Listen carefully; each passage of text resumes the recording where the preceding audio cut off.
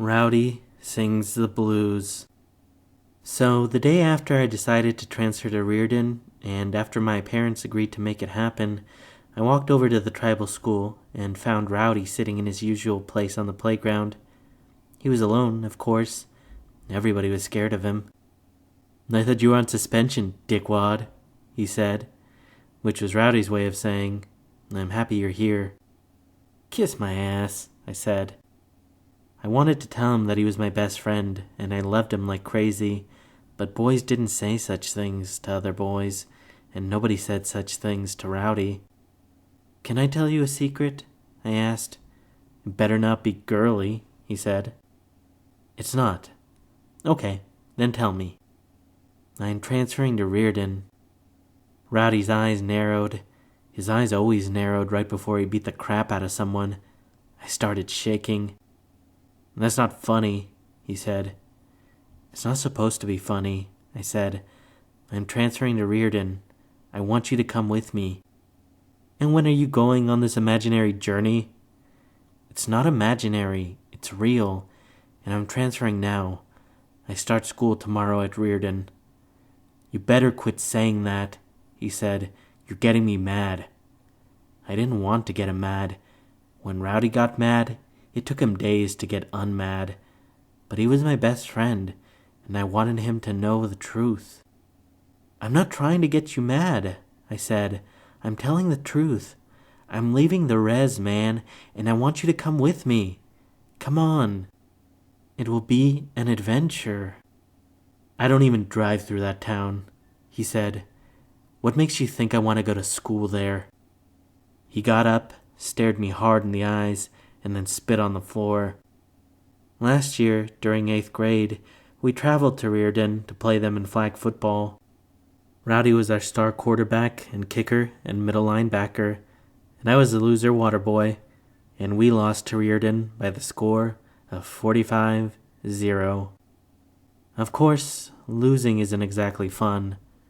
Nobody wants to be a loser. We all got really mad and vowed to kick their asses the next game. But 2 weeks after that, Reardon came to the res and beat us 56-10. During basketball season, Reardon beat us 72-45 and 86-50, our only 2 losses of the season. Rowdy scored 24 points in the first game and 40 in the second game. I scored 9 points in each game, going 3 for 10 on 3-pointers in the first game and 3 for 15 in the second. Those were my 2 worst games of the season.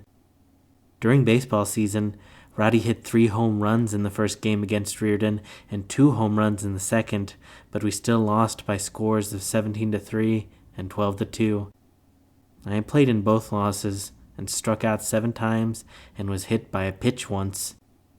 Sad thing is, getting hit like that was my only hit of the season. After baseball season, I led the Well-Pinnit Junior High Academic Bowl team against Reardon Junior High, and we lost by a grand total of 50-1. Yep, we answered 1 question correctly. I was the only kid, white or Indian, who knew that Charles Dickens wrote A Tale of Two Cities. And let me tell you, we Indians were the worst of times, and those Reardon kids were the best of times. Those kids were magnificent. They knew everything, and they were beautiful. They were beautiful and smart. They were beautiful and smart and epic. They were filled with hope. I don't know if hope is white, but I do know that hope for me is like some mythical creature. Man, I was scared of those Reardon kids, and maybe I was scared of hope, too. But Rowdy absolutely hated all of it. "Rowdy," I said, "I am going to Reardon tomorrow." For the first time he saw that I was serious, but he didn't want me to be serious. "You'll never do it," he said. "You're too scared." "I'm going," I said. "No way, you're a wuss." "I'm doing it." "You're a pussy." "I'm going to Reardon tomorrow." "You're really serious?" "Rowdy," I said, "I'm as serious as a tumor." He coughed and turned away from me. I touched his shoulder. Why did I touch his shoulder? I don't know. I was stupid. Rowdy spun around and shoved me. "Don't touch me, you retarded fag," he yelled. My heart broke into 14 pieces, one for each year that Rowdy and I had been best friends. I started crying.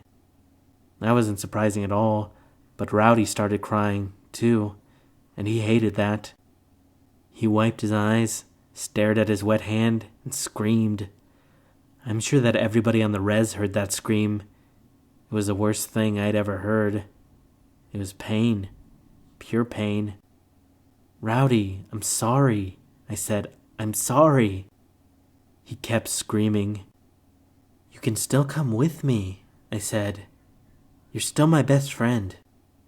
Rowdy stopped screaming with his mouth, but he kept screaming with his eyes. "You always thought you were better than me," he yelled. No, I don't think I'm better than anybody. I think I'm worse than everybody else. Why are you leaving?" "I have to go. I'm going to die if I don't leave."